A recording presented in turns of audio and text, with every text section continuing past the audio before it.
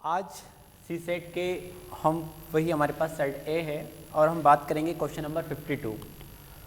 तो question number 52, ये जो क्वेश्चन मैं पूरा इसका ये डीआई पर बेस्ड है, डाटा इंटरप्रिटेशंस पर बेस्ड है। इस पर एक टेबल है, तो पूरा टेबल तो मैं यहाँ पे बनाऊंगा नहीं क्योंकि बहुत बड़ा डाटा है। हालांकि टेबल्स का आप लोग शायद यदि क्वेश्चंस कर रहे हो और आपको पता है कि हम लोग क्या कर रहे हैं, तो हम लोग ये कर रहे हैं, हेडिंग आपको पता है। और ये मेरे पास में सेट ए है, तो सेट ए का क्वेश्चन नंबर 52 मैं इसका क्वेश्चन बताता हूँ, इसका ऑप्शन बताता हूँ क्या कहा गया है। आपको एक टेबल दिया गया है और टेबल पर आपको एक विचार करना है और ऑप्शंस ये हैं। फर्स्ट ऑप्शंस ये है, सेकंड ऑप्शंस है 1941 टू 1951 एंड सी ऑप्शंस है 1961 से 1971 एंड डी ऑप्शन है 1971 से 1981। क्वेश्चंस में क्या दिया गया है? क्वेश्चंस में आपको एक टेबल दिया गया है और कहा गया है कंसीडर द फॉलोइंग डाटा। शायद आप लोग को मैं दिखाऊंगा तो आपको दिख नहीं पाएगा लाइव क्लासेस में भी और रिकॉर्ड में भी। तो यहाँ पे देखिए, हमारे पास में टेबल में इन्होंने करीब आपको 7 ईयर्स के ड्यूरेशंस दिया है ना। 1911 से स्टार्ट किया है, 1911 से 21, फिर 21 से 31, 31 से 41, 41 से 51, इस हिसाब से 81 तक चले हैं। और यहाँ पर क्या दिया गया है, एक एक ईयर में, वहाँ पे आपको एक एक ईयर में दिया गया है, एक बर्थडे दिया गया है, रेट दिया है, बर्थ रेट दिया है, सॉरी बर्थ रेट दिया है, और एक में दिया डेथ रेट। तो देखिए ऑप्शन में जिन 4 ऑप्शंस की बात करी है उन्होंने, उन्हीं ऑप्शंस को हम वहाँ पे टेबल में देखेंगे। हमें अलग सारे ऑप्शंस को देखने की रिक्वायरमेंट है ही नहीं है। तो बर्थ रेट में हम डायरेक्ट इस ड्यूरेशन का देखते हैं कितना दिया हुआ है। तो इसका 48.1 है और इसका डेथ रेट है 35.5। फिर हमारे पास में 41 से 51, इसका है 39.9 और इसका डेथ रेट है 27.4। 61 से 71 के बीच में हमारे पास में 41.1 और यहाँ पे 18.9।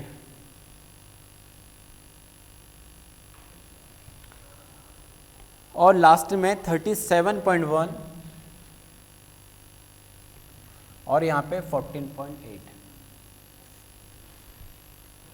चलिए सबसे पहले मैं बता देता हूँ, ये पूछ रहे हैं फॉर विच पीरियड, यहाँ पे जो ऑप्शन दिए गए हैं उसमें पूछा गया for which period was the natural growth rate maximum. तो यहाँ पे ग्रोथ रेट सबसे ज़्यादा किस में रहा है? ग्रोथ रेट का मैं बता देता हूँ, ग्रोथ रेट की बात की गई है, हिंदी में बात क्या होती है, विकास दर की बात होती है। यहाँ पे एक आपको जन्म दर दी गई है यानी कि, और यहाँ पे एक मृत्यु दर दी गई है। ग्रोथ रेट कब होगा? जब इन दोनों का डिफरेंस सबसे हाईएस्ट होगा। डिफरेंस में मतलब जहाँ डेथ रेट आपका कम होगा और बर्थ रेट आपका ज़्यादा होगा, जाहिर सी बात है। तो अब हमारे पास में जो 4 ऑप्शन हैं, तो शायद आप बहुत सारे लोग क्या देखेंगे, इनका डिफरेंस जिसमें सबसे ज़्यादा होगा वही राइट आंसर होगा। चलिए, तो मैं क्वेश्चन नंबर 52 की बात कर रहा हूँ। 52 में उन्होंने 4 आपको ऑप्शन दिए हुए हैं और ये पूछ रहे हैं ग्रोथ रेट किस ईयर में सबसे ज़्यादा रहा है। तो ग्रोथ रेट मतलब कि जहाँ पे बर्थ रेट ज़्यादा होगा और डेथ रेट वहाँ पे कम होगा। तो हमारे पास में टेबल में 7 ईयर्स की बात की गई थी, तो हम 7 ईयर्स को ना लेते हुए जो टेबल में जो ऑप्शंस है उन ऑप्शन पे हम डायरेक्ट जाएंगे। तो देखिए सबसे पहले जिनका डिफरेंस देखेंगे, डिफरेंस देखने पे हमें पता चल रहा है कि यहाँ पे 12.6 का डिफरेंस रहा है, यानी कि बर्थ रेट और डेथ रेट के बीच डिफरेंस ये रहा है 13। इस हम ईयर में देखते हैं 41 से 51 के बीच में 12.5 है, लेकिन हमें सबसे ज़्यादा ग्रोथ रेट की बात की गई थी, तो आपको देख के समझ में आ रहा होगा ये 22.2 है, लेकिन ये 22.3 है। तो हमारा राइट ऑप्शंस क्या होगा? ऑप्शंस डी होगा। ऑप्शंस डी में सबसे ज़्यादा ये पता चल रहा है कि ग्रोथ रेट जो रहा है वो रहा है आपका 1971 से 1981 के बीच में। ठीक है, बहुत ईजी क्वेश्चन था, टेबल बेस्ड था, इस पर कैलकुलेशंस करना ही नहीं था, सिर्फ टेबल को देखना था और कैलकुलेशंस में ये करना था कि आपको डिफरेंस पता लगाना था। तो डिफरेंस में भी देखिए, आप यदि कम समय में इसको कर सकते थे तो आपके पास में 2 ऑप्शन दिख रहे थे जो नियरेस्ट डिफरेंस करीब आ रहा था। तो इन दोनों की कैलकुलेशंस करके आप निकाल सकते थे कि सबसे ज़्यादा डिफरेंस किस में है, और जिसमें सबसे ज़्यादा डिफरेंस होगा उसका मतलब क्या है। अच्छा, हालांकि एक बात और भी है, डिफरेंस का मतलब ये भी हो सकता है कि आपका डेथ रेट वहाँ ज़्यादा हो और बर्थ रेट कम हो, लेकिन यहाँ पे ग्रेटर देन होना चाहिए आपका बर्थ रेट। यदि बर्थ रेट ग्रेटर देन है आपके डेथ रेट से, तो वहीं पे आपका ग्रोथ रेट बनता है। ठीक है, चलिए हम बढ़ते हैं नेक्स्ट क्वेश्चन की तरफ। क्वेश्चन नंबर 53 की तरफ बढ़ते हैं। और ये क्वेश्चंस जो किया गया है, सबसे पहले मैं टॉपिक का नाम बताता हूँ, टॉपिक का नाम क्या है यहाँ पे, है ना। क्वेश्चन नंबर अब हमारे सामने 53। ये क्वेश्चंस किया है मैथ से और क्वेश्चंस किया गया है डेसिमल टॉपिक से। बताइए, दशमलव टॉपिक से आपसे क्वेश्चंस किया गया। ये कहते हैं द रिकरिंग डेसिमल रिप्रेजेंटेशंस 1.27, देखिए 1.272727 dot dot dot dot is equivalent to, और 4 ऑप्शन दे दिए हैं इन्होंने। पहला ऑप्शन दिया है 13/11, बी ऑप्शन दिया है 14/11, सी ऑप्शन दिया है 127/99 एंड डी ऑप्शन दिया है 137/99। देखिए, ये बहुत सारे लोग को सब अच्छी मैथ्स आती होगी, लेकिन डेसिमल में बहुत सारे लोग ये चीज़ नहीं सीख पाते हैं या फिर नहीं करके जा पाते हैं, और इस क्वेश्चंस को शायद वो छोड़ के आ सकते थे। लेकिन ये डेसिमल की कंडीशंस है, क्या होता है, सबसे पहले तो इसको समझना पड़ेगा ये है क्या।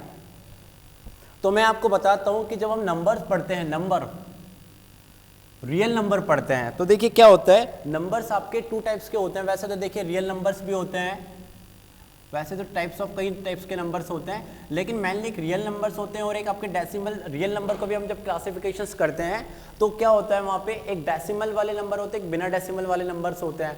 तो डेसिमल वाले नंबर्स की मैं बात करता हूँ,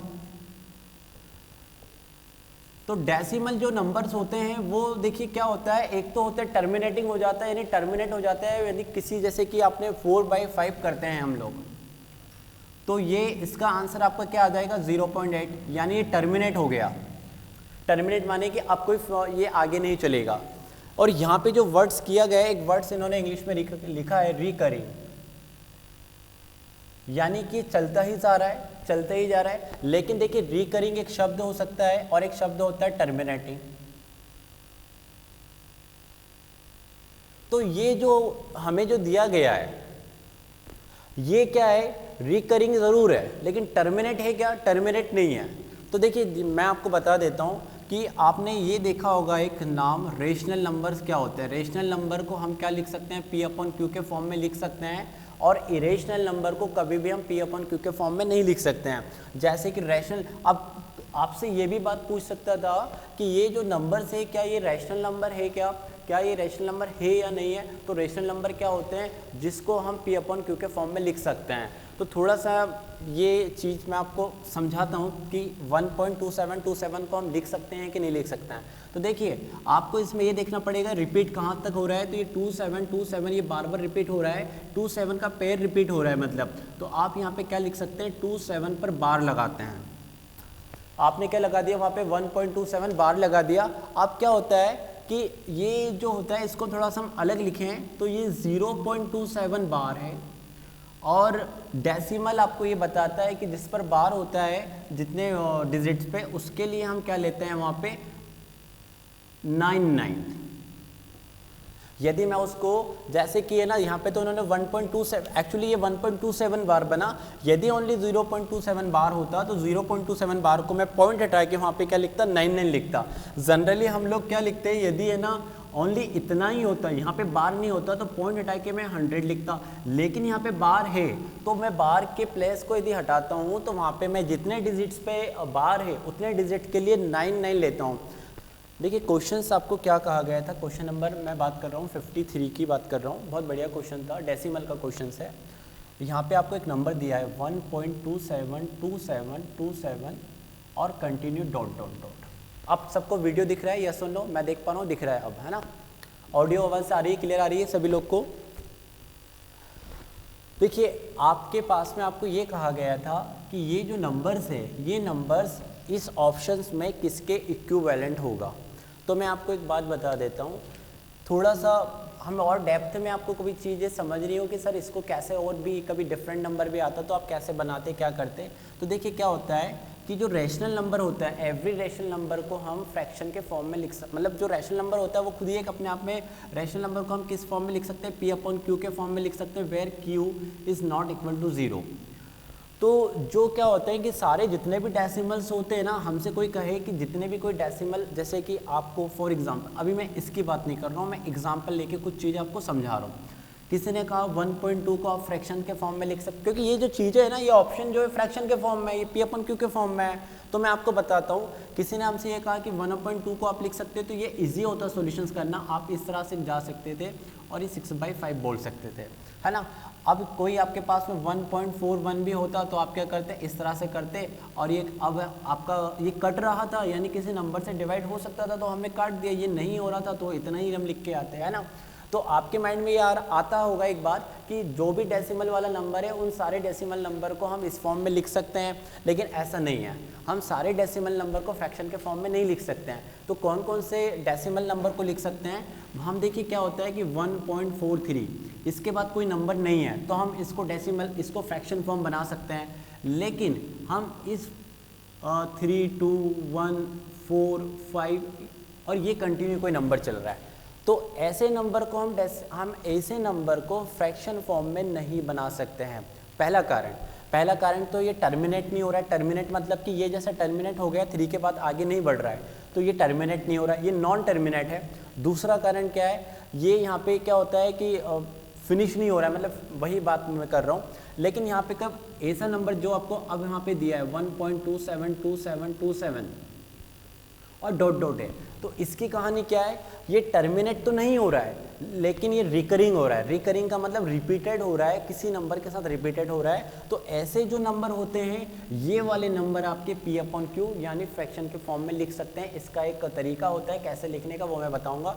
लेकिन ऐसे नंबर है ना, जनरली इनको, ऐसे वाले नंबर को हम इरेशनल नंबर कहते हैं, जो किसी डेसिमल पॉइंट के बाद में रिपीट भी नहीं दिखते हैं, कोई एक फॉर्म भी नहीं दिखता है कि रिपीट भी नहीं हो रहे, हर नंबर कोई चेंजेस दिखने लगता है बार बार और पॉइंट चलता रहता है। तो ऐसे नंबर्स जनरली कहाँ आते हैं, जैसे कि आप √3 की जब वैल्यू निकालेंगे ना, √3 है ना, √5, तो जब इनकी वैल्यू आप कैलकुलेटर से चेक करके देखना, इनकी वैल्यूज़ में कोई ऐसा रिपीटेशंस नहीं मिलता है, रिपीटेशंस भी नहीं मिलता है, साथ में ये टर्मिनेट भी नहीं होते हैं। तो ऐसे नंबर इरेशनल नंबर कहलाते हैं, रैशनल नंबर नहीं कहलाते हैं। अब ये बहुत अलग थ्योरी आ जाती है, नंबर सिस्टम में हम चले जाएंगे, ज़्यादा डेप्थ में नहीं जाता है। अब सबसे पहले मैं इस तरह के नंबरों को आपको बता देता हूँ कि कैसे करते हैं। तो देखिए, इसका एक तरीका ये रहता है, मैं इस क्वेश्चन पे फिर से बाद में आऊँगा, थोड़ा सा एग्जांपल बताता हूँ। जैसे कि आपको किसी ने कहा कि आप हमें ये बताइए 0.81111 डॉट डॉट डॉट चल रहा है, तो इसका राइट आंसर, इसको P/Q के फॉर्म में कैसे लिखेंगे, यानी एक फ्रैक्शन के फॉर्म में कैसे लिखेंगे। तो देखिए, मुझे ये समझना पड़ेगा कि रिपीटेड किस नंबर से हो रहा है, तो रिपीटेड हो रहा है ये 1 से। तो रिपीटेड किस से हो रहा है, 1 से हो रहा है। तो मैं यहाँ पे क्या करूँगा, इस वाले फॉर्म को लिखने के लिए मैं 81 में क्या माइनस करूँगा, जिस पे आपका वो नहीं है, नंबर्स नहीं है, उसको मैं माइनस करूँगा और डिवाइड्स यहाँ पे क्या करूँगा 90। शायद आपको ये चीज़ समझ में थोड़ा सा, या आप डेसिमल में जाएंगे तब आपको समझ में आएगा। जिस पर बार होता है उसको मैं माइनस करूँगा आपके ओवरऑल नंबर से, तो ये इस प्रकार बनकर आएगा और इस प्रकार बनकर आएगा ये, तो ये आपका आंसर आएगा 8/9। और 8/9 को आप चेक करेंगे तो आपका आंसर इस प्रकार आएगा। आप चेक कर लीजिएगा इसको जब डिवाइड करेंगे। लेकिन अब यहाँ पे क्या है, पहले तो आप इसको रिपीट फॉर्म बनाइए कि क्या किस पर रिपीट हो रहा है। तो 1.27 बार चल रहा है, आप इसको फिनिश कर दीजिए। अब उसके बाद क्या करना है, आप इसको ब्रेक कर सकते हैं 1 + 0.27 बार, फिर 1 को अलग रहने दीजिए 27 बार पे, क्योंकि देखिए यहाँ पे 2 नंबर पे बार है, 2 पर भी है 7 पर भी है, तो पॉइंट हटेगा तो नीचे जितने नंबर्स पे बार होता है उसके लिए 9 आता है। तो एक तो आएगा 2 के लिए 9 और एक आएगा 7 के लिए 9। अब ये कट भी सकता है, तो 9 3 = 27, ये 1 1 हो गया। अब यहाँ पे 1 + 3/11 है, तो इसका सॉल्यूशन क्या होगा 11 + 3 यानी 14/11, ये इसका राइट आंसर होगा। क्या होगा राइट आंसर ये। अब बात यहाँ पे ये आती है, एक और प्रश्न ये बनता है कि ये क्वेश्चन एग्जाम में आया तो मैंने करवा दिया, लेकिन कोई डिफरेंट नंबर होता तो सबके लिए अलग अलग एप्लीकेशन से थोड़ा सा आपको फिर अलग समझना पड़ सकता है कि हम इसको कर कैसे सकते हैं। जैसे कि क्या होता, ये 1.27 ना होके इस पर बार होता तो कहानी अलग सॉल्यूशंस होता, उसका सॉल्यूशंस ये नहीं बनता, सिर्फ कभी 7 पर बार होता, यानी कि ये नंबर ऐसा ना होके ऐसा होता, तो हम उसको पहले इस फॉर्म में लिखते और इस फॉर्म में लिखते तो उसका सॉल्यूशन इससे डिफरेंट होता। उसका सॉल्यूशन क्या बनता, उसका सॉल्यूशन थोड़ा अलग बनता। 1 प्लस हम पहले लिखते वहाँ पे 0.27 बार और फिर क्या करते, इस 27 में से इस 7 को माइनस करते हैं, फिर यहाँ पे एक 9 लिखते हैं और जिस पे 0 नहीं है उसके लिए, मतलब जिस पर बार नहीं है उसके लिए 0 इंडिकेट करते हैं। तो वो इस प्रकार सॉल्यूशन बनता 1 + 20/90। तो ये आपका जाता 11/9। ठीक है, तो ये उसका सॉल्यूशन ये बनता। तो यहाँ पे ये थोड़ा सा डेसिमल जब आप पढ़ेंगे टॉपिक को, तो डेसिमल में ये चीज़ बहुत अच्छे से क्लियर की जाती है कि हम इस पे बार जो रहता है उसको हम सॉल्व कैसे कर सकते हैं, P/Q के फॉर्म में कैसे लिख सकते हैं। तो हमें जो क्वेश्चन दिया था वो ये दिया था, उसका आंसर 14/11 है, जो ऑप्शन बी होगा। ठीक है, तो आई होप आपको ये क्लियर हुआ होगा। चलिए बढ़ते हैं क्वेश्चन नंबर, अब हमारे सामने 54, और 54 में क्या दिया हुआ है। सबसे पहले बात करते हैं 54 क्वेश्चंस किसका है। ये मैथ्स पर है क्वेश्चंस, और टॉपिक क्या आता है, पहले क्वेश्चंस को एक बार मैं पढ़ देता हूँ। What is the least 4 digit number when divided by 3, 4, 5 and 6 leaves a remainder 2 in each case. Options दिए हैं आपके सामने। क्वेश्चंस क्या कहता है मैं हिंदी में भी मतलब बताता हूँ। पहला ऑप्शन है 1012, दूसरा ऑप्शन है 1022, तीसरा ऑप्शन है आपके पास में 1122 एंड डी ऑप्शन है 1222। क्वेश्चंस ने ये कहा है, हिंदी में बात करूं, कि आप किसी नंबर को 4 अंकों की सबसे छोटी संख्या क्या होगी, 4 अंकों की सबसे छोटी संख्या क्या होगी जब आप डिवाइड करने के लिए जाते हो 3 से, 4 से और 5 से और 6 से। जब इन नंबरों से डिवाइड करते हो तो ऑलवेज आपको 2 रिमाइंडर वो देता है, वो यानी रिमाइंडर मतलब शेषफल हमेशा 2 बचता है। तो वो 4 अंकों की सबसे छोटी संख्या कौन सी होगी। तो सबसे पहले तो बात आती है टॉपिक कौन से को उसका है, तो ये टॉपिक आता है आपके वही नंबर सिस्टम का। देखिए नंबर सिस्टम से कितनी बड़ी सारी बातें इन्होंने इस बार फिर करी है। नंबर सिस्टम का टॉपिक है। ये चीज़ें आपको यदि प्रैक्टिस करोगे तो आपको ये कहाँ देखने के लिए मिलेंगी, नंबर सिस्टम में। अब देखिए ध्यान दीजिए, 4 अंकों की सबसे छोटी संख्या क्या होगी कि शेषफल 2 बचे। शायद मैंने नंबर सिस्टम में कुछ चीज़ें बताई थी कि हम कैसे डिसाइड करेंगे क्या होगी कहानी, लेकिन सारे तरह के क्वेश्चन हम नहीं ले पाए थे वहाँ पे। सबसे पहले माइंड में आना चाहिए 4 अंकों की सबसे छोटी संख्या तो भैया 1000 ही होती है, यस और नो, 1000 ही होती है 4 अंकों की सबसे छोटी संख्या। अब हमें 3, 4, 5, 6 है, तो पहले है ना मैं एक क्वेश्चन में बना रहा हूँ, यही क्वेश्चन होगा, लेकिन मैं यहाँ पे ये कंडीशन हटा देता हूँ कि 2 शेषफल नहीं रहेगा। मेरा क्वेश्चन अभी ये बनता है कि 4 अंकों की सबसे छोटी संख्या क्या है यदि मैं 3, 4, 5 से उसको डिवाइड कर दूँ और पूरा डिवाइड चला जाए। तो देखिए जब ऐसा क्वेश्चन आता है कि हमें 3, 4 और 5 से डिवाइड करना होता है तो मैं इनका एलसीएम लूँगा। तो इनका एलसीएम तो देखिए मैंने आपको एक ही देखते ही पता चल जाता है कि इनका एलसीएम जो होगा वो होगा 60, और 60 ऐसा नंबर जिसमें सारे अंक डिवाइड हो जाते हैं। अच्छा कम समय में मैंने एलसीएम कैसे बताया, देखिए मैं कैसे बता सकता हूँ, इन सब में जो सबसे बड़ा नंबर कौन सा है, नंबर 6 है। तो देखिए 6 का मल्टीपल स्टार्ट कर दिया, 6 1 जा 6, 6 2 जा 12, तो 12 में ना 12 में 6 का काम हो रहा है, 4 का काम हो रहा है, 3 का काम हो रहा है, लेकिन 5 का नहीं हो रहा है। जहाँ पे जब सबका काम स्टार्ट होने लगेगा वही एलसीएम होगा। तो 18, 24, तो 5 का तो काम तब होगा स्टार्ट जब लास्ट में 0 या फिर क्या आ जाए 5 आ जाए। तो 6 के टेबल में 0 कब आएगी, एक तो 30 पर आएगी, 30 पर, लेकिन 4 का काम नहीं होगा। अब नेक्स्ट आती है 60 पे, तो डायरेक्ट इसका 60 एलसीएम है। अब ये एलसीएम 60 है तो मैं करूँगा 60 से डिवाइड करूँगा, 60 से मैंने डिवाइड करा 1 टाइम्स, ये रिमाइंड 40, फिर मैंने एक 0 लिया, कितनी बार चला जाएगा ये भाई, रिमाइंडर 40 आ रहा है। तो सबसे पहले तो मैं क्या करूँगा, 4 अंकों की वो संख्या बनाऊँगा, 4 अंकों की सबसे छोटी संख्या वो बनाऊँगा जिसमें इन चारों से पूरा डिवाइड हो जाए, कोई रिमाइंडर ना बने। तो देखिए अब देखिए मैंने 2 मेथड बताए थे उस टाइम पे आपको कि या तो मैं 40 को डिवाइड इसमें माइनस कर, इस संख्या में माइनस कर देता हूँ 1000 में, तो एक ऐसी संख्या निकल कर आएगी जिसमें इन सभी का सम, इस सभी का डिवाइड हो जाएगा। लेकिन जैसे ही मैं इसमें माइनस करूँगा तो वो तो 3 अंकों की संख्या बन जाएगी, लेकिन मुझे तो 4 अंकों की बड़ी संख्या बतानी है, यानी 1000 से बड़ा नंबर बताना है। तो जाहिर तो उसका मेथड क्या होता है कि इन दोनों के डिफरेंस जो शेषफल बच रहा है ना और जिससे आप भाग देने के लिए जा रहे हो, इन दोनों के डिफरेंस को आप उस पर ऐड कर दीजिए। तो ऐड हम कर देंगे तो वो आंसर आपका आ जाएगा 100। इस पर इन दोनों को डिफरेंस को ऐड करना है जो होता है 20, तो इसका आंसर आ रहा है 1020। ये आंसर क्वेश्चन का नहीं है, क्वेश्चन का आंसर नहीं है, क्वेश्चन का आंसर अलग होगा। ये आंसर है कि इन सभी का इसमें डिवाइड करना, और जब आप डिवाइड करोगे तो पूरा डिवाइड हो जाएगा, तो वो संख्या ये है। अब क्वेश्चन आपसे तो ये कहता है कि है ना, हम डिवाइड करते हैं तो पूरा पूरा डिवाइड नहीं जाता, वहाँ पे शेषफल 2 बचता है, तो ये संख्या कौन सी है, इसमें पूरा डिवाइड हो जाएगा, इसमें तो कोई रिमाइंडर नहीं बचना है, आपको 2 रिमाइंडर छोड़ना है, तो उसका आंसर क्या हो जाएगा 1022। तो उसका राइट आंसर क्या होगा ऑप्शंस में 1022। आई होप आपको समझ में आया होगा क्या हमने किया है, ठीक है। तो ये हमारा क्वेश्चन नंबर 54 था। तो अब बढ़ते हैं क्वेश्चन नंबर 55 की तरफ। और क्वेश्चन नंबर 55 वाकई में बहुत अच्छा क्वेश्चन है। ये क्वेश्चन दिख तो रहा है परसेंटेज का और हैवी परसेंटेज का, लेकिन क्वेश्चंस की 5 से 6 लाइन दी गई है वहाँ पे।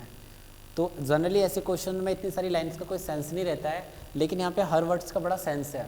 और ऐसा क्वेश्चन भी मुझे फिर एक बार एक यूनिक क्वेश्चन लगा है कि यूपीएससी ने वाकई में अपनी एक पहचान बताई है इस क्वेश्चन पर, क्योंकि ऐसे क्वेश्चन जनरली जब प्रैक्टिस करते हैं तो कोई ध्यान ही नहीं देता है कि वाकई में शब्दों का भी यहाँ पे खेल है, और शब्दों का इस क्वेश्चन में खेल है, पूरा पूरा खेल है।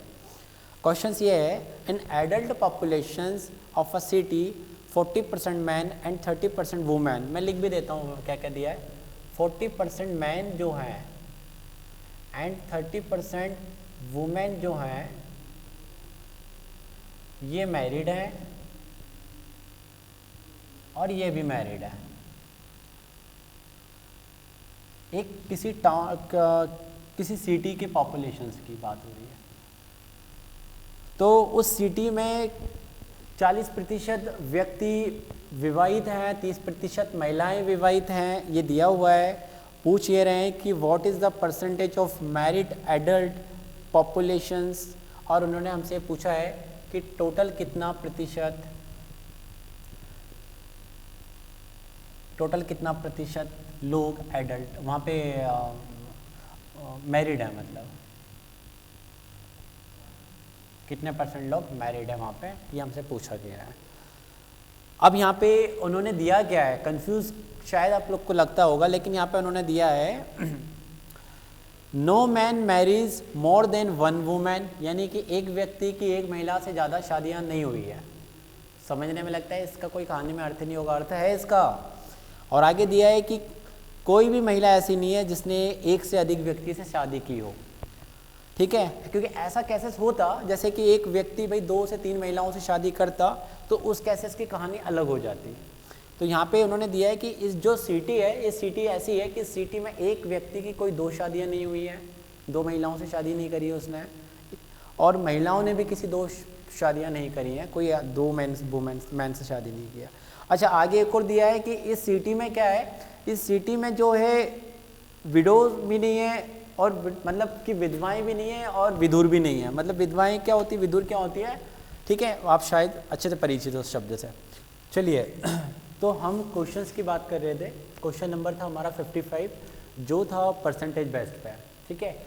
और इस क्वेश्चंस के लिए तो अब काफ़ी टाइम भी हो गया आपके पास में, आप लोगों ने किया है। इस क्वेश्चन को कैसे कर सकते थे सॉल्व, तो मैं ही इसको सॉल्व कर रहा था। इस क्वेश्चन में देखते हैं, इस क्वेश्चन में एक बार फिर से मैं आपको बता देता हूँ। एक सिटी दी गई है, एक सिटी में 40% मैन जो है मैरिड है, 30% वुमेन भी मैरिड है वहाँ पे, लेकिन वहाँ पे आपको ये बताना है कि टोटल कितना परसेंट लोग हैं जो मैरिड है। तो ये हमें कैलकुलेशन वहाँ पे बतानी है कि टोटल कितने परसेंट लोग वहाँ पे मैरिड है। देखिए कहानी में थोड़ा सा आपको लग सकता है कि कहानी थोड़ी सी कन्फ्यूज़न हो और कहानी में कुछ चीज़ क्लियर नहीं हो। इस क्वेश्चन में आपको साथ में ये दिया गया है, 2 चीज़ें बताई गई हैं और वो चीज़ बहुत इंपॉर्टेंट है। आपको ये बताया गया है कि इस सिटी में किसी भी मैन ने कोई 2 शादी नहीं करी है, किसी भी वुमेन ने 2 शादी नहीं करी है, कोई विडो नहीं है, कोई विडोर्स नहीं है, मतलब कि कोई विधवा नहीं है और कोई विधुर नहीं है, ठीक है ना। तो चलिए देखते हैं, समझते हैं कहानी का मतलब क्या है। यहाँ पे इसको 2 तरीके करने के लिए 2 मेथड है, मैं आपको दोनों मेथड बताऊंगा। सबसे पहले मैं फर्स्ट मेथड बताता हूँ क्या हम इसको कर सकते हैं शॉर्ट में, ठीक है ना। तो फर्स्ट मेथड आप मेरा देखिए, इसका ये मार्कर नहीं चल रहा है। तो फर्स्ट मेथड में हम ये मान लेते हैं, लेट सपोज जो मैन होंगे वो x हैं और वुमेन जो है वो y है, ठीक है। ये सिटी में है, बात करो ना, एक सिटी में टोटल नंबर ऑफ मैंस जो है x है, टोटल नंबर ऑफ वुमेन्स जो है y है। अकॉर्डिंग टू क्वेश्चंस इसका 40% लोग विवाहित है या मैरिड है, ठीक है। और मैं बात करता हूँ वुमेन के केस की, तो वुमेन जो हैं वो हैं 30%, ये मैरिड है ये भी, ठीक है। आगे बात की गई है वहाँ पे, आगे उन्होंने ये कहा है कि आपको बताना है कि कितने % लोग टोटल मैरिड हैं, और ये बहुत सारे लोग को समझ से बाहर होगा कि हम इसको करें कैसे। देखिए क्या होता है, इस वर्ड्स को समझना है। उन्होंने बोला है कि किसी भी व्यक्ति ने 2 शादियां नहीं कही है, किसी भी महिला ने 2 शादी नहीं कही है, कोई विधवा नहीं है, कोई विधुर नहीं है। तो इसका मतलब क्या है कि जितने भी व्यक्ति आदमियों की शादी हुई है वो महिलाओं से हुई है, तो यहाँ पे नंबर ऑफ मेंस जो मैरिड हैं वो इक्वल टू होंगे नंबर्स ऑफ वुमेन जो मैरिड हैं। यानी कि जो मैरिड वुमेन्स हैं, जितने भी टोटल नंबर्स हैं उनका इक्वलिटी होगी आपके मैरिड पर्सन्स के साथ में जो होगा मेंस। ये उस कहानी का सेंस था, क्योंकि जितने भी आदमियों की शादी हुई है वो महिलाओं से हुई है और महिलाओं की शादी पुरुषों से ही हुई है, तो जाहिर सी बात है दोनों के नंबर इक्विवेलेंट होंगे। इस कहानी का जो वर्ड्स में लिखा था उसका सेंस ये है। तो यहाँ पे मैं बात करूँ नंबर ऑफ मेंस क्या है, x 40/100। ये मैं पहले मेंस को लिख रहा हूँ, दोनों इक्विवेलेंट करना है, किधर भी लिख सकते हैं आप। तो इन दोनों को मैं इक्वल लिख सकता हूँ। इक्वल लिखने पे मुझे पता चल रहा है कि x की वैल्यू एक रेशियो के फॉर्म में आ रही है, तो मैं उसको एक बना सकता हूँ, x की वैल्यू आई 3y/4। ये आप लिख लो, ठीक है। ये फर्स्ट मेथड में बता रहा हूँ।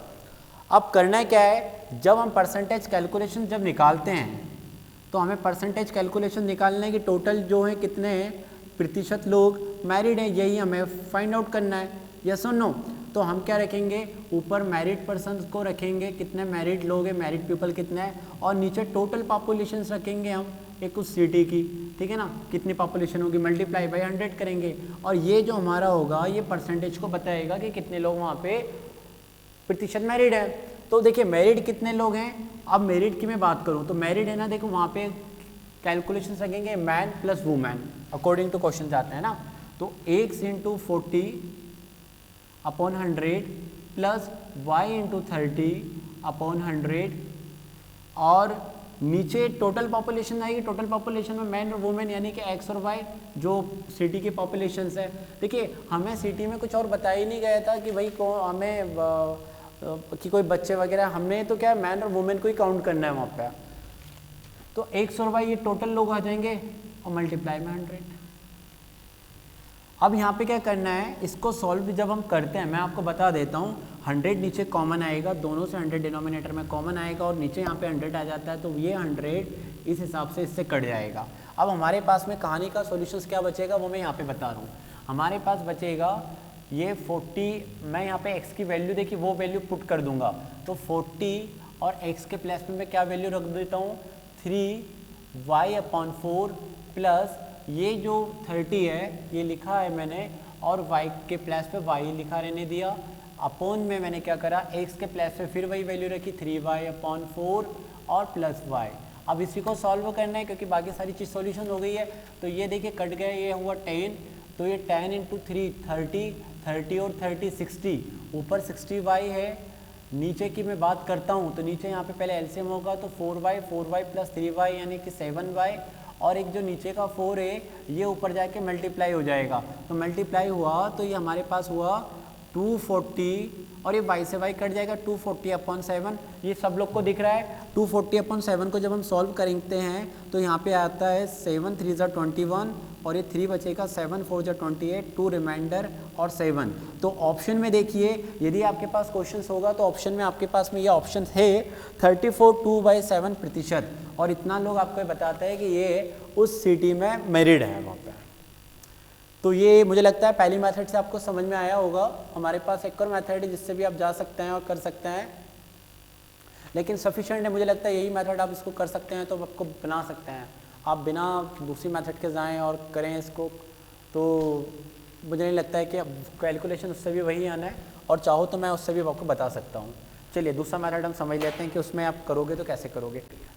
चलिए मैं सेकंड मेथड इसका बताता हूँ। इस क्वेश्चन का सेकंड मेथड भी हमारे पास में है, लेकिन कहानी क्या है, इधर से पकड़ो इधर से पकड़ो, कहानी का आंसर यही आएगा। चलिए उसमें से हम समझ लेते हैं। उसमें हमने लेट सपोज करा कि टोटल पॉपुलेशंस ऑफ सिटी कितना हो गया। उन्होंने क्वेश्चंस तो सिटी की बात करी है, तो टोटल पॉपुलेशन हमने सिटी की 100 मानी है, ठीक है ना। तो यहाँ पे हमने 100 सिटी की मानी, तो मैन की मान लेते हैं x, तो वुमेन की कितनी हो जाएगी 100 माइनस x, है ना। बस करने का सेंस तरीका दूसरा है, कहानी पे वही आना है, चाहो देख लेना आपके और कुछ होने वाला है। तो देखिए मैं फिर से बता देता हूँ, सिटी में 100 टोटल है, मैन x है, तो जाहिर सी बात है वुमेन कितना होगा 100 minus x। According to question 40% man जो है मैरिड है,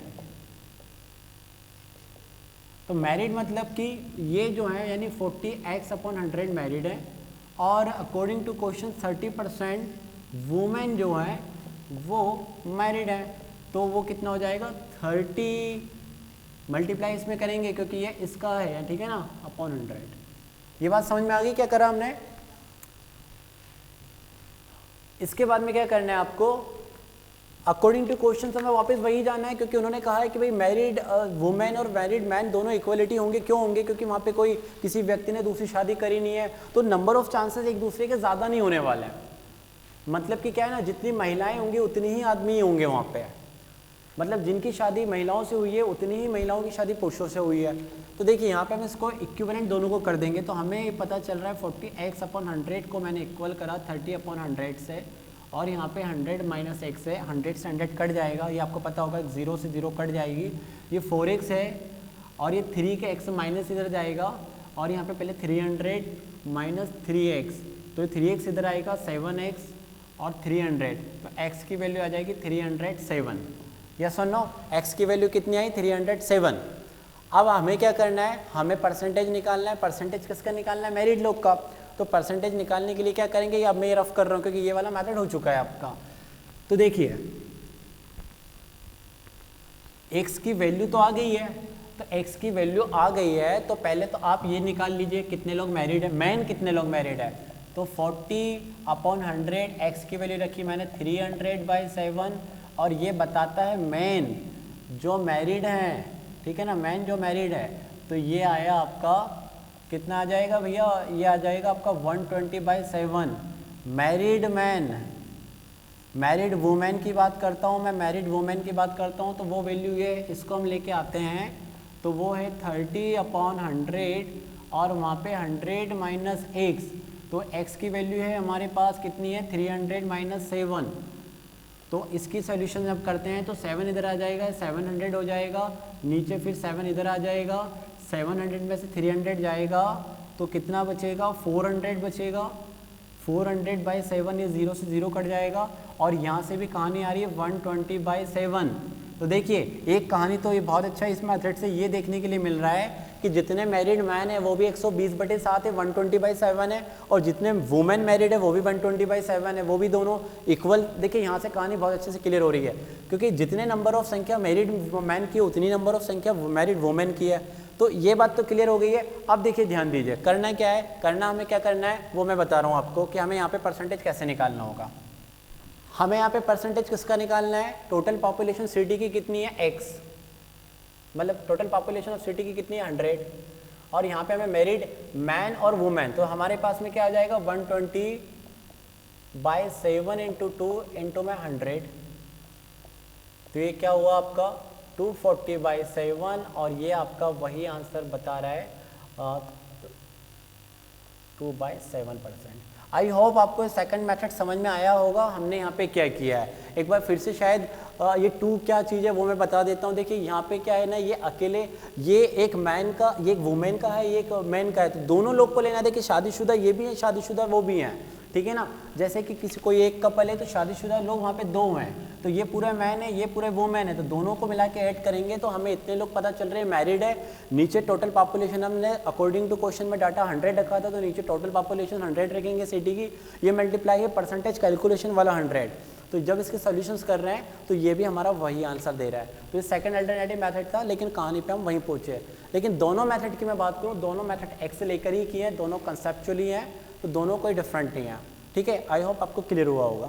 बढ़ते हैं नेक्स्ट क्वेश्चन की तरफ। क्वेश्चन नंबर है आपका 56। बहुत बढ़िया क्वेश्चन है। ये क्वेश्चन भी सबसे पहले बात कर लें किस टॉपिक का है, तो ये मैथ्स से आता है। मैथ्स में आता है किस टॉपिक से, तो आता है नंबर सिस्टम से।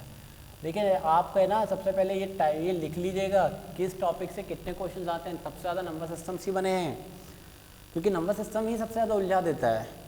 और क्वेश्चन तो किया है ये 51 मल्टीप्लाई 27 मल्टीप्लाई 37, नहीं 37 नहीं है, क्या है भाई, आप लोग के पास में भी बुक है ना, कॉपी है, फाइल है, क्या है 30, वेरी गुड 35 है। चलो अच्छा लगा किसी के पास पेपर है और पेपर के साथ में कर रहे हैं क्वेश्चंस को। और 75 है। इसको डिवाइड, ये जो भी आंसर आएगा इसको डिवाइड करना है 100 के साथ, और 100 के साथ जब डिवाइड करने जाएंगे तो जो भी आंसर आएगा उसमें शेषफल क्या होगा, भले ही भागफल या कोशंट कितना भी हो उससे मैटर नहीं करता है। पूछा ये है कि यहाँ पे रिमाइंडर क्या होगा, उन्होंने क्वेश्चन ये करा है, ठीक है। तो समझिए, अब मुझे लगता है कि पहली बार में देखिए क्या होता है कि हम लोग है ना बहुत अच्छे अच्छे टॉपिक पढ़ के चले जाते हैं। मैं यूपीएससी के सी साइड में आखिरी के 2 महीने, अब वो ऐसी बात ही नहीं कर रहा है, उसने तो ऐसा क्वेश्चन दे दिया, अब इसके क्वेश्चन में आप समझ ही नहीं पाओगे करना क्या है। तो इसमें वो लोग थोड़ा सा लॉजिक लगा पाएंगे जिनका ट्रिक अच्छा होता है, जो जहाँ से मैथ्स स्टार्ट होती है। और मैथ्स कहाँ से स्टार्ट होती है, नंबर सिस्टम से। वो चीज़ें बहुत सारी चीज़ सिखाता है। अब जिसको नहीं आता है वो सबका मल्टीप्लाई करने बैठ जाएगा मुझे लगता है, और मल्टीप्लाई कर भी लिया उसने तो 100 से डिवाइड देने चला जाएगा। तो मल्टीप्लाई करना मुझे लगता है, मल्टीप्लाई करेगा तो उसको लग जाएगा शायद भाई 4 मिनट तो ले लेगा, और फिर डिवाइड करेगा तो 5-6 मिनट वो ले लेगा। उसके बाद में भी पॉसिबिलिटी नहीं है कि राइट आंसर तक पहुँच पाए। तो इसमें करना क्या है, मैं इसका एक तरीका बताता हूँ। कुछ ट्रिक होती है, आपको ऐसा मैं समझाता हूँ, इस पर मैं बाद में आता हूँ, कुछ चीज़ें मैं बताता हूँ। जैसे कि यहाँ पे 555 है, शायद सबको दिख रहा है, ये 555 है, कुछ भी ले लेते हैं, चलो 151 ऐसा कुछ, ये नंबर सेम है ऐसा कुछ नहीं है, ये 525 ले लो या 526 ले लेते हैं, कोई नंबर लिया, दिख रहा है लाइव क्लासेस वाले, यस और नो। 526 एक नंबर लिया, और मान लेते हैं इसको डिवाइड करना है 100 से, और क्वेश्चन मान लेते हैं यही था, इतना बड़ा ना देके हमको ये बोला गया कि 526 में 100 का डिवाइड करने पे शेषफल कितना बचता है। तो हम ये कह सकते हैं वहाँ पे, हम यहाँ पे क्या कह सकते हैं कि देखिए आप डिवाइड करिए, आप डिवाइड करिए, चलिए तो इजी है तो कर भी सकते हैं। तो 500 और 26, तो रिमाइंडर कितना बचेगा यहाँ पे 26। यस, ये बात क्लियर है। तो इसमें क्या है, ये क्वेश्चंस आप है ना, पता है क्वेश्चंस के पहले मैं बहुत अच्छी कहानी बताने वाला हूँ, और आप लोग खुद मुझे बता दोगे सर हाँ इसका आंसर ये आ जाएगा। इसमें एक बात ये समझ के आती है, यदि जो नंबर हमें दिया गया है उस नंबर में कोई ज़ीरो नहीं है एंड में, तो है ना कभी भी रिमाइंडर 0 में नहीं आएगा, कभी भी शेषफल 0 में नहीं आएगा यदि आप 10 से और 100 से डिवाइड करते हो। अब ये नंबर 526 526 ना होके 520 होता और 100 से डिवाइड करते, तो यहाँ पे पता है शेषफल 0 आता, क्योंकि एक जीरो से चली जाती और एक 0 शेषफल बचता, मतलब शेषफल एक 0 नहीं बचता। मैं बताता हूँ इस कंडीशन में क्या होता है, सॉरी इस कंडीशन में क्या होता है, ये पहले मैं आपको बता देता हूँ। आप करोगे तो आपको खुद पता चल जाएगा, मैं पहले ना बोलूँ उसको आगे, आप इसको दीजिए। आप जब इसको देंगे तो ये भी 5 टाइम्स जाएगा, तो कितना हुआ 520। बात समझ में आ रही है? कहने का कॉन्सेप्ट ये है, यदि यहाँ पे एक ज़ीरो है, तो ऑब्वियसली वो शेषफल के साथ में इंडिकेट होगा। कैसे होगा, जैसे कि और मैं बताता हूँ। अब ये 500 ना होके मैं ऐसा नंबर ले लेता हूँ 500 ना लेके मैं ले लेता हूँ 700, और यहाँ पे 2 ज़ीरो आ गई। एक मैंने लिया जिसमें कोई ज़ीरो नहीं थी, इस वाले में एक 1 ज़ीरो थी और इसमें 2 ज़ीरो है, ठीक है, ध्यान देना। कहने का मतलब ये है कि 1 ज़ीरो के साथ में 1 ज़ीरो ही बचना है, लेकिन 2 ज़ीरो के साथ में कुछ भी रिमाइंडर नहीं बचना है, यानी ज़ीरो वाली चीज़ तो नहीं बचेगी, कुछ और चीज़ें यदि होती तो बच जाती, लेकिन ज़ीरो वाली चीज़ नहीं बचेगी। यदि हम 100 से डिवाइड करने के लिए जा रहे हैं और 52300 ऐसा कोई आंसर यहाँ पे 2 0 मिल जाती है, तो आप ये समझना कि हम भी 2 0 वाली चीज़ से डिवाइड करने के लिए जा रहे हैं, तो कभी कोई शेषफल नहीं बचना है। पहली बात तो ये क्लियर कर लो, नहीं बचना है। अब ऐसा होता 1 0 वाला होता तो यस रिमाइंडर बचेगा, लेकिन जो भी रिमाइंडर बचेगा वो क्या होगा, 1 0 वाला होगा, 1 0 वाला होगा। तो इस क्वेश्चन में ना, इस क्वेश्चन को करना कैसे है, ये क्वेश्चन पहले बात मैं इसका तरीका बताता हूँ। ये क्वेश्चन बिना ऑप्शंस के नहीं होने वाला है, ऑप्शंस पे आपको लॉजिक पे जाना पड़ेगा। तो ऑप्शन की बात कर लें तो पहला ऑप्शन है इसका भाई 50, दूसरा ऑप्शन है भाई 25, तीसरा ऑप्शन है भाई 5 एंड डी ऑप्शन है 1। अब देखिए ध्यान दीजिए, हम क्या करते हैं, आखिरी में जो 0 आती है वो कैसे रिप्रेजेंट करती है, वो तो देखिए लास्ट के नंबरों का मल्टीप्लाई करिए, 1 7 5 2 5। तो 1 का मल्टीप्लाई हम 7 में करेंगे, 7, फिर 5 में करा, फिर 2 में करा और फिर 5 में करा। इसका सॉल्यूशन करो जरा, कितना आ रहा है भाई, कितना आ रहा है 350। कितना आ रहा है 350। यानी कि आखिरी में इस पूरा, यानी का सेंस क्या है, सेंस मैं बताता हूँ। इस पूरे नंबर का जब हम मल्टीप्लाई कर लेंगे, हम तो नहीं कर रहे हैं बट एक शॉर्ट ट्रिक से हम जो भी इसका आंसर आएगा उसके आंसर्स में आखिरी में 1 0 होगी, आखिरी में क्या होगी, 1 0 होगी। यदि आखिरी में 2 0 होती, यदि आखिरी में 2 0 होती और हम 100 से डिवाइड करने के लिए जाते तो कोई शेषफल नहीं बचता, लेकिन 1 0 है तो जाहिर सी बात है 1 0 के साथ शेषफल बचेगा। तो ऑप्शन में देख लो कौन सा ऐसा ऑप्शन है जो 1 0 के साथ में है, तो कौन सा है ऐसा ऑप्शन, 50। इसका राइट आंसर 50 होगा। तो ये नंबर सिस्टम का क्वेश्चन है। अब एक स्टूडेंट ने, मैं इसका एक और कई सॉल्यूशंस करवा रहा था, तो एक स्टूडेंट ने मुझे ये बताया कि सर मैंने इसको इस तरह से करा और इस पर मेरा आंसर 1 आ रहा है। मैंने उसको समझाया कि 1 आंसर नहीं आ सकता, हालांकि आपने किया होगा वो गलत है। अब बता देता हूँ, यदि आप भी होते वहाँ पे एग्जाम में क्या करते, आप इसको 100 को यहाँ ना लिख के, उसने 100 को कहाँ लिख दिया, यहाँ पे नीचे लिख दिया, और कहने का मतलब तो ये डिवाइड ही कर रहे हैं, है ना। और उसने क्या करा कि यहाँ पे इसको 3 कर दिया और ये 4 कर दिया, ये भी सही है भाई, नो डाउट। लेकिन आप इसको छोटा नहीं बना सकते हो यदि आपको इसी नंबर्स का रिमाइंडर पता लगाना हो। पहली बात तो मैं बता देता हूँ, इसी नंबर का रिमाइंडर, इससे डिवाइड करने के लिए रिमाइंडर पता लगाना हो तो आप इसको छोटा नहीं बना सकते हो, क्योंकि अब तो ये 4 से डिवाइड वाला चीज़ कहलाएगा, अब वो 100 वाली चीज़ नहीं रही, अब इसकी वैल्यू 4 हो गई है। तो क्वेश्चंस का जो मीनिंग था वो आपने बदल दिया। फिर आप कहने गए, चले गए हो सर फिर मैंने इसको 2 से काट दिया और ऊपर वाला नंबर एक 3 1 कर दिया, उन्होंने ये भी कर दिया। अब फिर है ना, ऊपर जो भी नंबर है सारे ओड नंबर का जितने भी नंबर का मल्टीप्लाई कर रहे हैं वो ओड आएगा और नीचे आएगा 2। फिर एक बात बताई, मैंने उनका पूरी कहानी सुनी और कहानी का मतलब उनका कुछ सही भी था कि जब भी आप ओड नंबर में, ओड मतलब विषम संख्याओं में, जब भी आप 2 से भाग देते हैं, जैसे कि 1719 कोई भी नंबर हुआ, 1719 131 523, ये जो भी विषम नंबर है, जो भी ओड नंबर है, जब भी इन तीनों संख्याओं में या ऐसी कितनी हजार संख्याओं में हम 2 से जब भाग देने के लिए जाएंगे तो ऑलवेज हमेशा शेषफल 1 बचना है। ये ऑडियो भाई आवाज़ बंद करो, है ना। तो शेषफल कितना बचना है, 1 बचना है। तो 1 बचना है, तो यहाँ पे अब 2 बच गया था और ऊपर ओड संख्या ही बचनी है क्योंकि 1 7 5 और 1 और यही बचना है, तो ऑड ही बचना है। और सर यहाँ पे उस हिसाब से मेरा आंसर 1 आता और मैं 1 लगा कर आया। तो मैंने कहा आपने कहानी का सेंस से गलत कर दिया। यदि कहानी 100 ना हो के 2 होती तो मैं आपका आंसर समझ सकता था, सही है, लेकिन कहानी का मतलब आपने गलत कर दिया। और मतलब कैसे गलत कर दिया उसका एक और एग्जांपल मैं बता देता हूँ। यदि आप देखिए ऐसा करते भाई, जैसे कि आप 20 से डिवाइड करने गए 45 में, तो आप 20 से डिवाइड करिए तो यहाँ पे आया 5, तो इसका आंसर आप यही बोलोगे ना कि हम 20 से डिवाइड कर रहे हैं तो रिमाइंडर 5 बचा। लेकिन फिर आप इसको ऐसे करके इस तरह से सॉल्यूशन करेंगे, आपने इसको ऐसे कर दिया, या ये देखिए ये तो ये करीब 49 होता या जो भी होता, ये कितना था भाई, 45 ही था, है ना।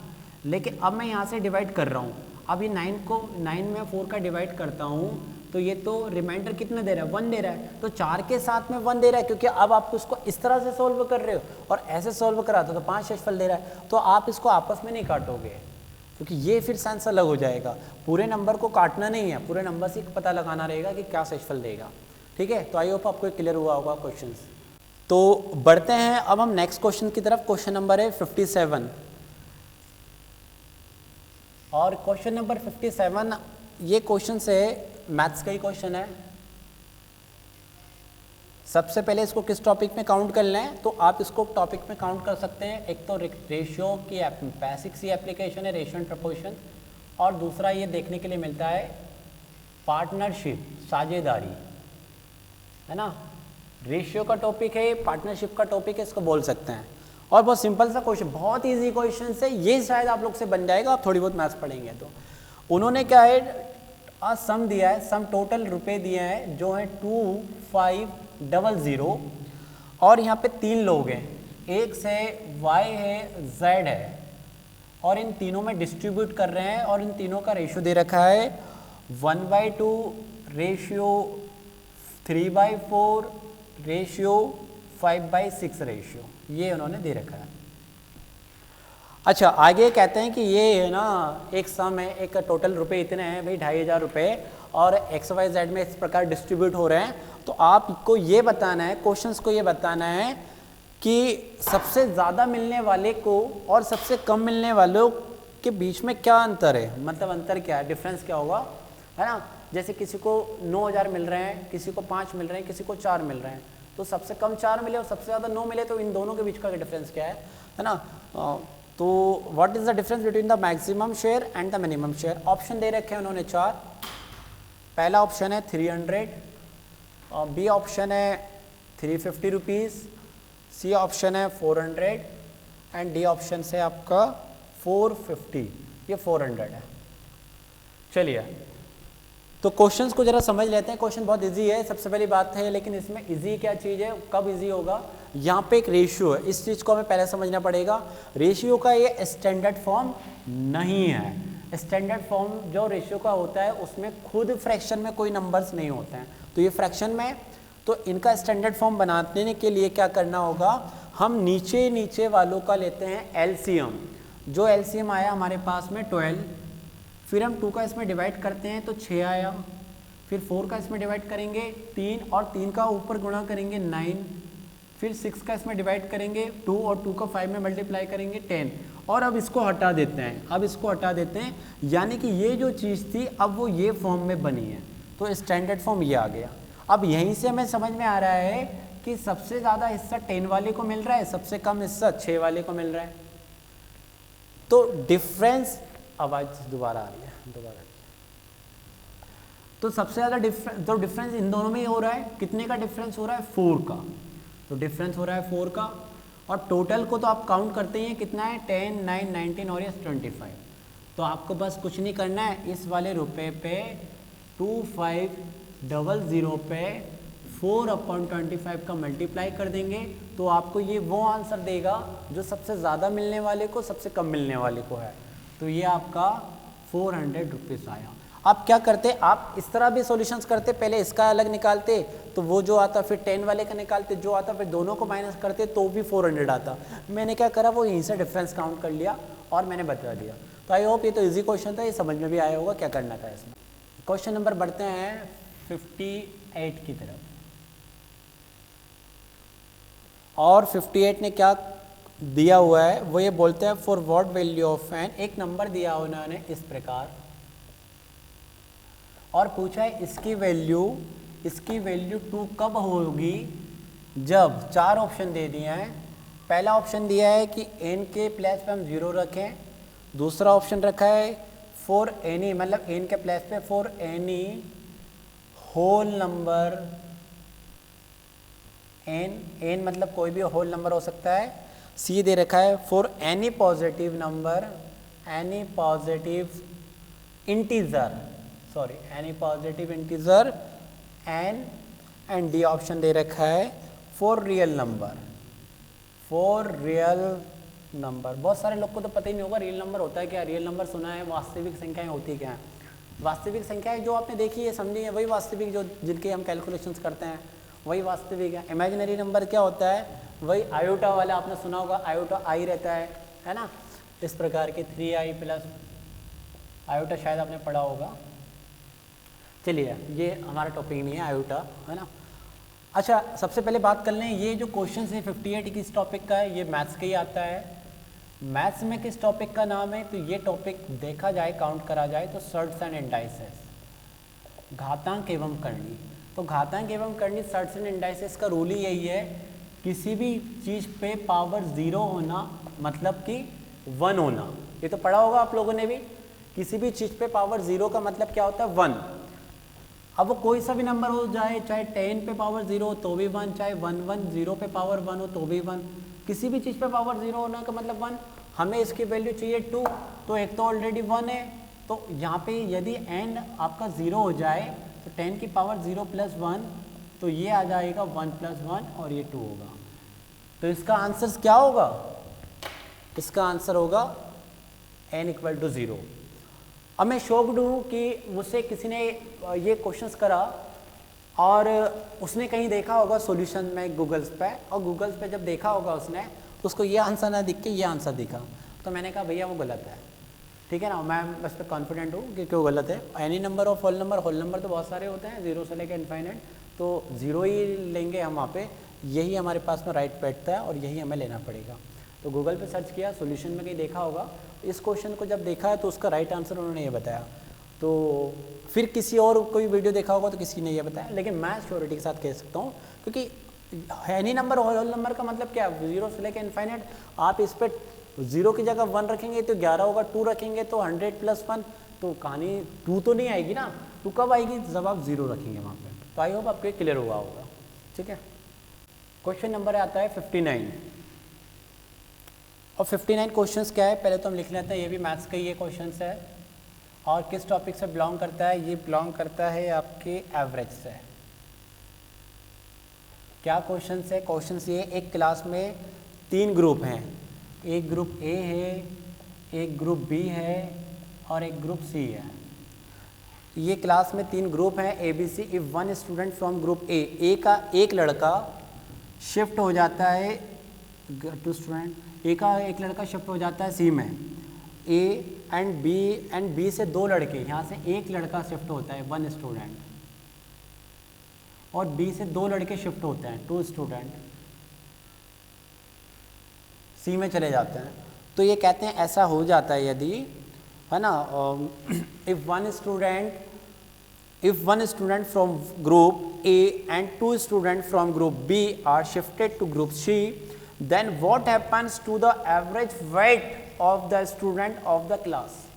तो कहते हैं कि ऐसा होता है तो क्लास का जो औसत वजन होगा बच्चों का, उस पर क्या फ़र्क पड़ेगा। तो ये ओवरऑल पूरी क्लास ही है, और एक क्लास के ग्रुप थे, ये क्या थी, क्लास थी।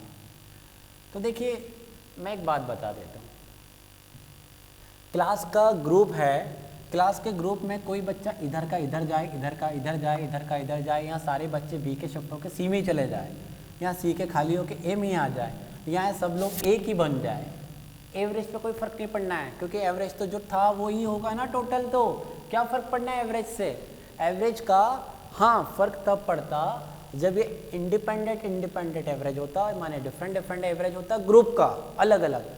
अब जैसे कि कोई क्लास मान लेते हैं, कोई क्लास का में ए मान लेते हैं, ए होंगे भैया ज़्यादा पढ़ने वाले लड़के, बी होंगे कम पढ़ने वाले, और सी होंगे बिल्कुल पुअर टाइप के। लेकिन क्लास के टोटल जो एवरेज है मान लेते हैं वेट के हिसाब से, अब इन लोगों ने अपने अपने ग्रुप ऐसे बना रखे, पढ़ने वालों ए के साथ रहते हैं, मिडिल वाले बी में के ग्रुप बना के रहते हैं, और कम पढ़ने वाले ढोर वाले वो इधर रहते होंगे। लेकिन अब क्लास का एवरेज एज ले लो, एवरेज वेट ले लो, और एवरेज वेट है क्लास का 40 किलोग्राम, ठीक है ना, क्लास का है।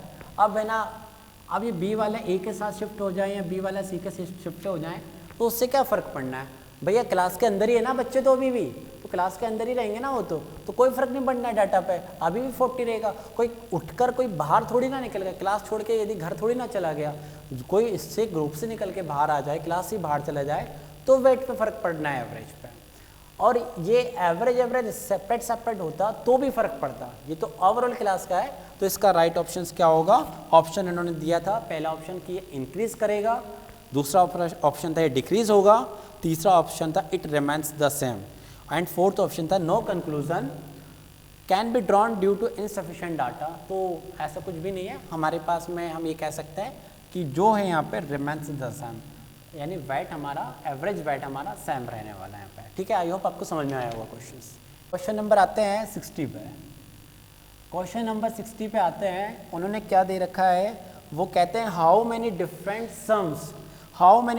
Sums can be formed, how many different sums can be formed with the क्या लिखा है, डिनोमिनेशंस ₹50, ₹100 लिख लेता है ना, ₹50, ₹100 और दिया है 200 रुपये का नोट है भाई, 200 रुपये का जो भी होगा, एक 500 का है और फिर है 2000 का।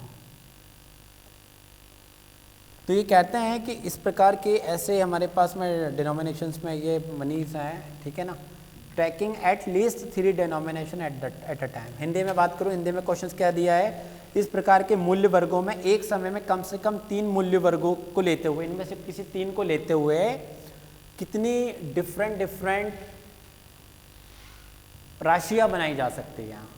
ठीक है, तो अब बात करते हैं कि क्वेश्चन इंटरेस्टिंग है क्या? इंटरेस्टिंग तो है, लेकिन ये टॉपिक किसका है पहले वो समझा देता हूँ। लोग है ना इनको लेके चल लिए होंगे और इनका एडिशंस करने लगे होंगे, मैं बोलता हूँ कि इनका इस वाली चीज़ का कोई मतलब है ही नहीं क्वेश्चन से, इसका कोई मतलब नहीं है क्वेश्चन से लेने देने का। सबसे बड़ी बात है, बात करते हैं टॉपिक क्या है, टॉपिक है मैथ्स। किस टॉपिक का क्वेश्चन है? ये टॉपिक का क्वेश्चन है परम्यूटेशन एंड कॉम्बिनेशंस। किस टॉपिक का क्वेश्चन है? Permutations and combinations. तो थोड़ा सा मैं आपको बताता हूँ परम्यूटेशंस कॉम्बिनेशंस क्या है एवं संचय। क्रमचय को क्या बोलते हैं इंग्लिश में? परम्यूटेशंस, एंड संचय को बोलते हैं कॉम्बिनेशंस। सबसे पहली बात तो बहुत सारे लोग को इसमें डिफरेंस नहीं पता, तो डिफरेंस में बता देता हूँ। देखिए, हम क्वेश्चंस पे आएंगे, बहुत इजी क्वेश्चन है, क्वेश्चन आप खुद ही कर लोगे, लेकिन फिर भी हम करवा देंगे। पहले थोड़ी कहानी को समझ लेते हैं। मैं बता रहा हूँ, एक मैंने लेट सपोज 3 लोगों को लिया, एक ए नाम का, एक बी नाम का और एक सी नाम का है, ध्यान देना। और मैं पहले बात कर रहा हूँ परम्यूटेशंस की, पहले मैं बात करूँगा इसकी, फिर परम्यूटेशन, फिर कॉम्बिनेशन को बाद में देखेंगे। और मैं कहता हूँ इन 3 लोग को लेके, ये 3 लोग हैं और मुझे 2-2 का पैर बनाना है, मतलब एक पैर में 2 लोग रहेंगे, एक पैर में 2 लोग रहेंगे। ठीक है, तो क्या हो सकता है? पहले मैं बात कर रहा हूँ क्रमचय की, तो लिख देता हूँ मैं परम्यूटेशंस की बात कर रहा हूँ, परम्यूटेशंस की बात कर रहा हूँ। तो क्रमचय में देखो, पहला जो बनेगा वो बनेगा ए बी, मतलब मैं बता रहा हूँ 3 में से 2 लोग का पैर बनाना हो, है ना, मतलब 3 में से 2 लोग के साथ में 1 पैर मेरा कहलाएगा, कि पैर तो एक ही कहलाएगा, लेकिन उस पैर में 2 लोग रहेंगे आउट ऑफ 3 पर्सन्स, है ना, 1 पैर can be drawn out of 3 person. तो देखिए, अब यहाँ पे पहला बनेगा नंबर 1 ए बी, नंबर 2 हो जाएगा बी ए। पैर में क्या हो रहा है यहाँ पे मैं बता देता हूँ। मैं एक बात कर रहा हूँ मेल और फीमेल की, और एक फीमेल और मेल, परम्यूटेशंस ये कहलाता है। तीसरा क्या जाएगा? बी और सी, एंड फोर्थ क्या जाएगा? सी एंड बी। फिफ्थ जाएगा ए और सी, एंड सिक्स्थ जाएगा आपका सी और ए। बात समझ में आ रही है? तो नंबर ऑफ 6 पैर बनेंगे परम्यूटेशंस के। कितने बनेंगे परम्यूटेशंस के? Number of 6। ये परम्यूटेशन सिखाता है, ये क्रमचय सिखाता है। क्रमचय में क्या है कि ए बी को आप 2 तरह से बोल, ए बी एक और कहलाएगा, बी ए भी कहलाएगा, वहाँ पर बी सी अकेला एक ही नहीं होगा, सी बी भी कहलाएगा, ए सी ए भी कहलाएगा। इस तरह से काउंट करके हम 6 करेंगे। लेकिन ये देखिए 3 है, आपको 10 दे दें और 10 में से 3 को बोलना चाहते हो तो आप कितना लंबा कैलकुलेशन करते, बहुत ज़्यादा करते, उसका टाइम बहुत अलग होता। तो इसका एक फार्मूला होता है परम्यूटेशंस का, कि यदि आप 3 में से 2 लोग को सिलेक्ट करते हैं तो वैसे फार्मूला क्या कहता है? NPR। ये NPR सुना तो होगा, P4 परम्यूटेशन वाला होता है, P4 परम्यूटेशन।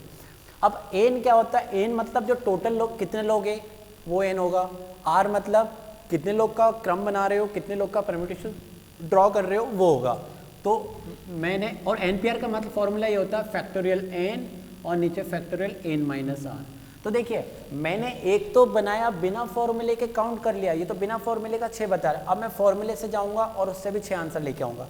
तो देखिए अब फैक्टोरियल पता होना चाहिए, फैक्टोरियल क्या होता है मैं बता भी देता हूँ बीच में। अब इस पर हमने रखा तो फैक्टोरियल 3 और यहाँ पे दोनों का सम आएगा। अब फैक्टोरियल 1 की वैल्यू तो 1 ही होती है, लेकिन फैक्टोरियल 3 कैसे खुलता है, जब तक एंड ना 1 आ जाए, और नीचे तो 1 ही है, तो इस हिसाब से आंसर कितना आ रहा है 6। तो फॉर्मूले जनरली हमें वैसे फॉर्मूले पे वर्क करना है, क्योंकि ये तो इजी था तो ये 6 तक था तो बना लिया, लेकिन बहुत ज़्यादा होगा तो हमें ऐसे ही वर्क करना है। ये परम्यूटेशंस है। अब कॉम्बिनेशंस क्या होता है, कॉम्बिनेशंस ये चीज़ होती है। तो कॉम्बिनेशन में ज़रा देखते हैं कॉम्बिनेशंस क्या चीज़ है।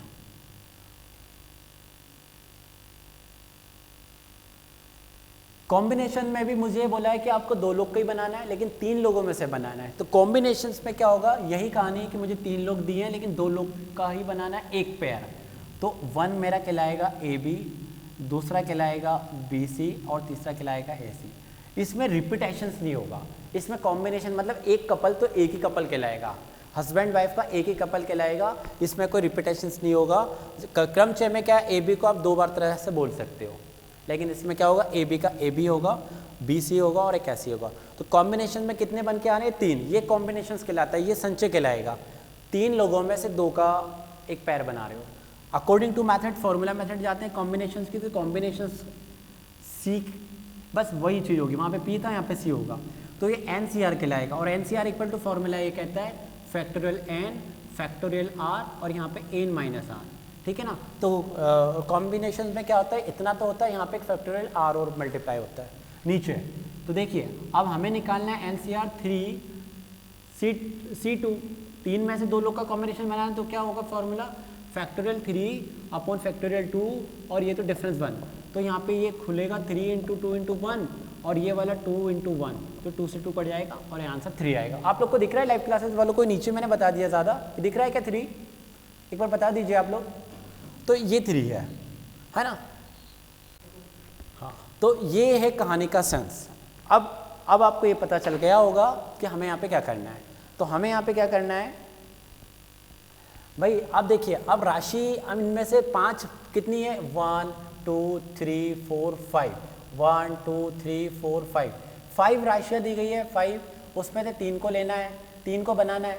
तो देखिए अब कॉम्बिनेशन के फॉर्म, ये परम्यूटेशन के फॉर्म में, फॉर सपोज आपका अमाउंट आता है कोई लाइक मान लीजिए 2500, तो परम्यूटेशन तो इसको भी 2500 ही कुछ बोलेगा क्योंकि रिपीटेशन होगा, लेकिन कॉम्बिनेशन में जो एक अमाउंट होगा वो उसी को बताएगा ना, उसकी कोई अपनी एक वैल्यू होगी ना, वो रिपीटेड कहीं और नहीं हो सकती है ना। तो हमें इस पे कॉम्बिनेशंस को निकालना है। तो इसमें कॉम्बिनेशंस को निकालना है तो हम क्या करेंगे, पूरी कहानी में हमें 500 100 200 1000 से कोई लेना देना नहीं है। हम क्या करेंगे, हमें 5C3 की वैल्यू निकालनी है, जो फैक्टोरियल 5 होगा और यहाँ पे क्या होगा, फैक्टोरियल 3 होगा। तो इसका सॉल्यूशंस करिए, 5 सॉल्यूशंस करने जाते हैं तो 5 4 3 और 2, देखिए फैक्टोरियल 3 तक छोड़ दीजिए इसको। ये फैक्टोरियल खोलना आता है सबको, एक बार मैं बता देता हूँ, फैक्टोरियल में जो भी चीज़ होती है उसको एंड तक करते हैं, लेकिन इसका भी फिर शॉर्टकट धीरे धीरे प्रैक्टिस हो जाती है कि आपको पता ही ऑलरेडी फैक्टोरियल 3 है, तो अब आगे इसको फैक्टोरियल को ओपन मत करो, कट जाना है। तो कितना आ जाएगा भाई, यहाँ पे इसका आंसर कितना होगा, 5 4 20, लेकिन यहाँ पे ये इसका आंसर नहीं होगा, मैं आपको बताता हूँ। तो देखिए अब हमने जो किया है, पहली बात तो मैं बता देता हूँ, यहाँ पे बहुत सारी चीज़ें हैं कि हम 5C3 ले रहे हैं और ये फार्मूला तो NPR का लगा दिया है ना, यहाँ पे तो हमने फैक्टोरियल 2 भी नहीं लिया है। तो आपको ये लाइव क्लासेस में इन लोग को बोलना चाहिए था कि सिर्फ पहली बात तो फार्मूले गलत लगा रहे हो, है ना। दूसरी बात ये है कि यहाँ पे एक शब्द है और शब्द का मतलब उन्होंने दिया है एट लिस्ट। क्या दिया, एट लिस्ट। एट लिस्ट का मतलब क्या होता है, मुझे लगता है एट लिस्ट का मतलब कम से कम, क्या होता है, कम से कम। तो 5 में से 3 तो लेना है, पर कम से कम 3 होना चाहिए, ये कहता है। तो 3 होना चाहिए, 3 तक तो रखना है, लेकिन 4 भी हो सकते हैं, 5 भी हो सकते हैं। यानी कि 5 में से 5 जो टोटल हमारे पास में जो अलग अलग प्राइस वाले जो मनीज़ हैं उसमें से मिनिमम 3 तो लेने ही है, साथ में आप 4 वाले पे भी जा सकते हो और 5 वाले पे भी जा सकते हो, और 5 से तो ज़्यादा है ही नहीं, तो हमें ये करना है वहाँ पे। और ये कह देते कि ओनली 3 वाला लेना है तो ये दोनों कंडीशंस हम नहीं लेते हैं। ओके, ये दोनों कंडीशंस नहीं लेते, लेकिन उन्होंने देखो क्या है, कम से कम रखना है, ज़्यादा से ज़्यादा कितना हो, तो ज़्यादा से ज़्यादा तो 5 और 5 ही हो सकता है, 5 में से 5 ले सकता है। तो देखिए अब हमारे पास में या तो 3 वाला बनेगा, या ये बनेगा, या फिर ये बनेगा।